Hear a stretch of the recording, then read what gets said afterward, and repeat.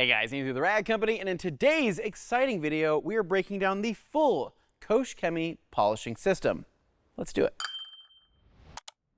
We understand that the Koch Chemie polishing system can be a little confusing for some people getting into machine polishing and utilizing the compounds, polishes, and pads. So today we wanted to simplify this, make this really easy to understand and easy to follow so we can meet your needs being a detailer and utilizing the system to make that paint look extra fresh. So with that said, we are bringing in a professional within the industry from KCX to help us explain this and help us encrypt this to find out what is best for you. So, Casey, come over here. Let's go. Let's do this, man. Welcome to the party, the polishing party. Yeah, I'm excited. Let's go. I'm excited as well. So here in front of us on the table, we have everything from the heaviest cutting compound to the final finishing polish. And so what we want to do is talk about who this is for, what it's intended for, when to use this, why to use this, and everything in between. Let's break it down. Let's break it down. So starting with the heavy hitter, the one with the best batting average, the Mike Tyson of compounds, we have Koch Chemie's Heavy Cut. Yes, we're going to be talking about H902, and it's one of the heavy cuts out there that you don't need to fear. So when you're working on a vehicle, it's something that's very user-friendly. It's a diminishing compound, so it's something that starts out with a nice heavy cut to it, which will roll off to being a nice, let's say, a semi-polished look on a lighter colored vehicle. It'll help you out to where you can, in some cases, even use it as just one step, even though it's labeled as a heavy cut product. Correct. And this is going to be best paired with the Koch Chemie Heavy Cut pad. However, you can also use a wool pad. You can also use a microfiber pad, depending on that painted surface. Yeah, right? so you're dealing with different clear coats out there. So how hard, if it's hard as nails or a slightly softer clear coat, you can pair it with the appropriate pad. Always start with a test spot, which will work with any of the compounds. But our pads are designed to work hand in hand by colorway. So you have that to where you're getting the efficiency that's been laboratory tested working for you on the vehicle. Yep, exactly. And so we've actually done a lot of testing here in-house with Koch Chemie Heavy Cut, specifically around sanding, right? So this is obviously an absolute killer in the body shop, and it's going to work great at pulling out sanding marks anywhere from 1,500 to 3,000. Can it go lower than 1,500? Is that kind of the sweet spot? It's a sweet spot, yeah. Okay. You know, and even when you're looking at vehicles that may have been gone through a lot of mechanical car washes, which have heavy marring, this is something that'll bring it back to life really fast. Gotcha, right? So basically, this is a great starting point no matter what. However, typically, we find that most of the cars that we use, we'll use this on harder BMW clears, we'll use this on just harder clear coats in general, but we do like to pair it, again, with their pad to make it really easy just to follow that system, because basically everything you see here from Heavy Cut on, I mean, you're basically just pairing to the result that you're looking for. And so Heavy Cut is a great place to start, and you guys actually revised Heavy Cut, I believe it was a couple of years ago, to make it even more user-friendly. Yep. So H902, the after decimal point, we indicating that it's the second version of the product. Yep. You know, H901 worked great, but over time with new raw goods, you're able to have a better delivery of a product. Of course, you can jump right into it and have great results. So that is going to be H902. So jumping into one of my favorites here, we have Fine Cut. Yep, so F601. Fine Cut is a great starting point as well. If it's a softer clear coat, you know, you don't necessarily need to start with a heavy cut. Yep. And the nice thing about our system, in a lot of cases, you're not having to do 3 steps on a correction. Most of the time, you're either starting with H902 or F601, and then you work your way over to microcut. So it's a nice, easier flow, which helps with that of your efficiency and timeline on working on a vehicle. Yep. But yeah, so your Fine Cut, now you're coming, if you index everything, we'll use a numerical system out of 10. So this will be a 9 out of 10. Now we're a 6 out of 10 on the initial cut. And then it does also roll off as a diminishing compound to where the product itself is clearing up and giving you, more optics to the top of your vehicle, your clear coat. And then this one right here will be coming in, finishing off around a 7 or an 8 when it comes to our scale of on the finish end. Yep, of course. And so with most of the vehicles that we have coming in here into the studio, especially if we're doing pre-polishing before an application of a sealant or a coating, or let's just say we're laying down something like ceramic effects shampoo, whatever it may be, we find that Fine Cut is really that perfect happy medium of kind of a just grab and go, basically a one-step polish with decent amount of correction, right? So most of the vehicles will start here. When needed, we may jump up to Heavy Cut when needed, but for the most part, this is a great starting point regardless, that basically you do your test spot with Fine Cut, right? Correct, yes. And depending on your results there, you either move up or you move down depending on what you're looking for. But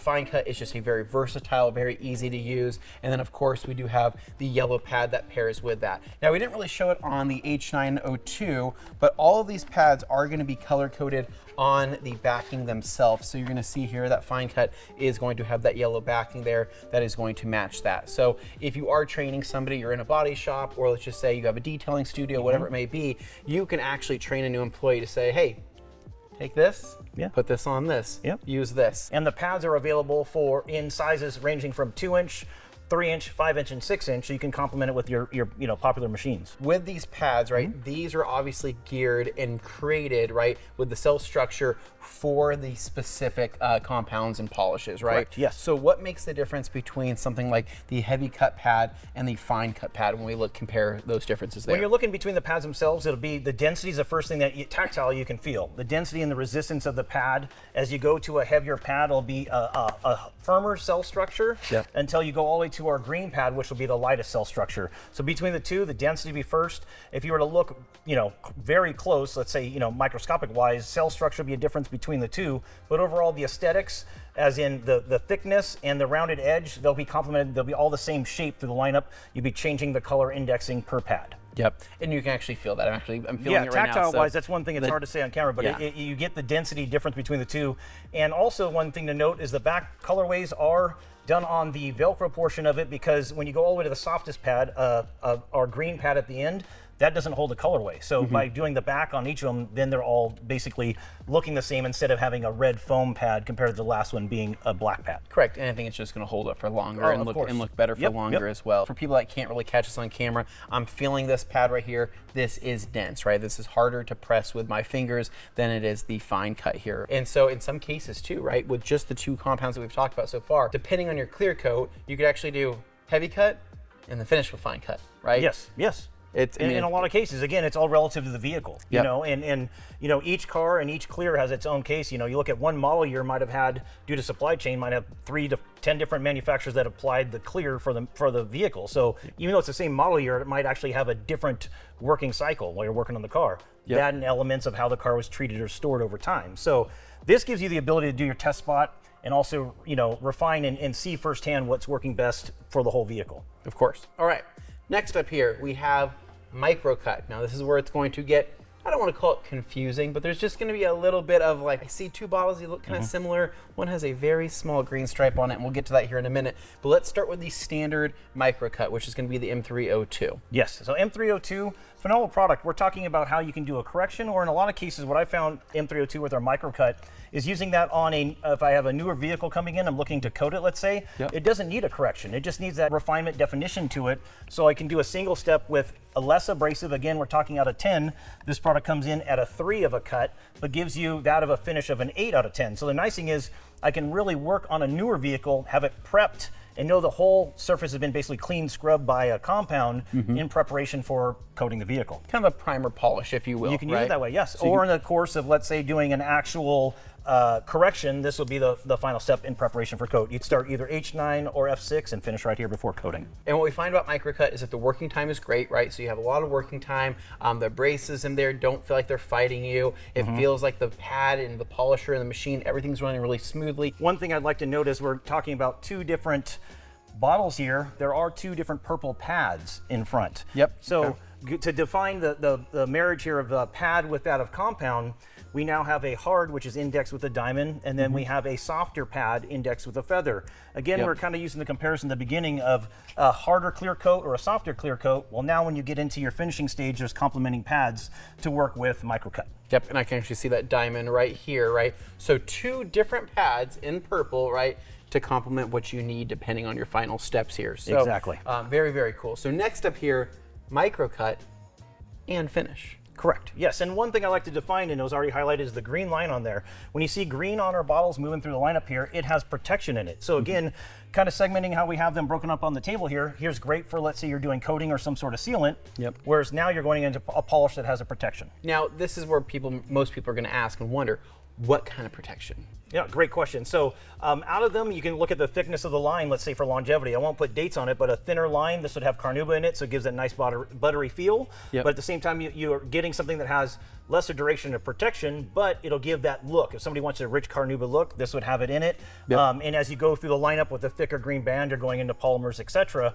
which have longer durability in the lineup. So Case actually answers one of the, actually that's like the biggest question I ever had, right? What's the green line for? And why are they different sizes? You just so look at range. If you're looking between the 3 bottles here, you'll have longer protection with just a pure green band. Very cool. And then going back to your original kind of thought on talking about the pads here, right? So this has a feather on it, right? Yep, and it's a slightly softer purple. It is. So when you feel the density, the difference between the two here, this one is actually going to be significantly more dense than this pad right here. Yes. And they both feel soft. They both feel safe. I feel like I could finish out with both of them perfectly. But yeah, there is going to be just a slight difference there between the two and what you would prefer to pair with. And you can do vice versa here. This can go with this, or that can go with that. And so with micro cut and finish, what we noticed is that because it has waxes in there, when I'm dealing with something exceptionally dry, I'll take something like micro cut and finish, right? Get that onto the surface, work some of that wax into the pores of the paint, right? Get that to where it's moisturized. After that, I can then actually do a heavier cut, right? And do a better cut following that, right? Just due to the moisture that the wax leaves behind. So just a super cool, just extra tip there. But both of these are awesome. There is a difference between the both. But if you were to pick one or the other, it's really gonna depend on your needs, right? Just know that if you do finish out with micro cut and finish, you wanna follow up with something like PPS or something like a panel preparation spray that would remove any of the waxes left behind before that next addition of protection. So then, this is the heavy hitter. To me, this is my favorite. And so one cut and finish, give me a comparable on the cut, because I've always thought that the comparison of the cut here is going to be more of the cut of maybe that of fine cut, right? Yes. But with leaving behind a sealant, right? Yes, Being yes. And again, going back to the numerical factor of it, F6, you're a 6 out of 10. P6, you're still at a 6 out of a 10. Yep. So you have the same style feel, but this one will have protection in it, a polymer protection. You have a good amount of protection on the vehicle. And at the same time, it does get complemented with that of the orange pad, which this one here, to me, personally, it feels a little denser than the yellow, because we're talking similar numbers in the compound. Yep. But to me, feel-wise, this pad, the difference between the two, there is a difference between the two pads. Because of the firmer cell structure of this pad, I feel like this one doesn't get gunked up as fast. I feel like it's easier to clean out, whether you're choosing to blow it out, use a pad washer, run it under a sink, and it rinses out really, really nicely. And so you're going to get a lot of use out of this one individual pad. Between gloss and protection, this is probably, out of everything here, is the moneymaker. No, right? it is. And you know, for if you're getting into polishing and it's something that you're looking to, let's say enhance and give a little more extra life to your vehicle, it's a great one to start with, and it is available also in a smaller size bottle. We're gonna go to our last polish here on the table. I don't know how to say it. Lac polish green, lac polish something, but it's lac polish. Yes. And it's green. This is also going to be something that is going to make things very, very shiny.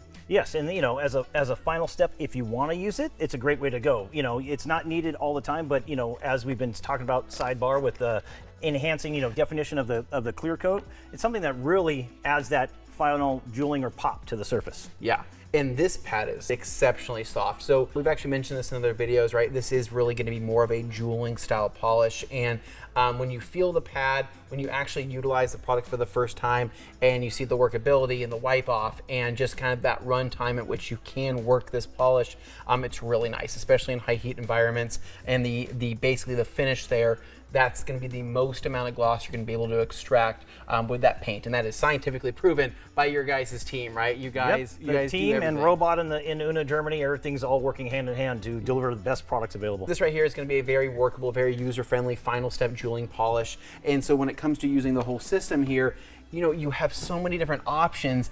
The choice is yours, and the choice is going to be yours depending on the type of clear and the type of card that you're working on. With that said, Casey, that was awesome, man. Appreciate your time. Thank you very much. That's probably the best way to put it. Guys, hopefully you learned something new today. Try out all of the Koch Chemie polishes and compounds and pads for yourself. We hope you fall in love with them as much as we do. So as always, if you guys enjoy the detailing content, please make sure to give us a big thumbs up, subscribe down below for more, and stay tuned for more videos right here at The Rag Company.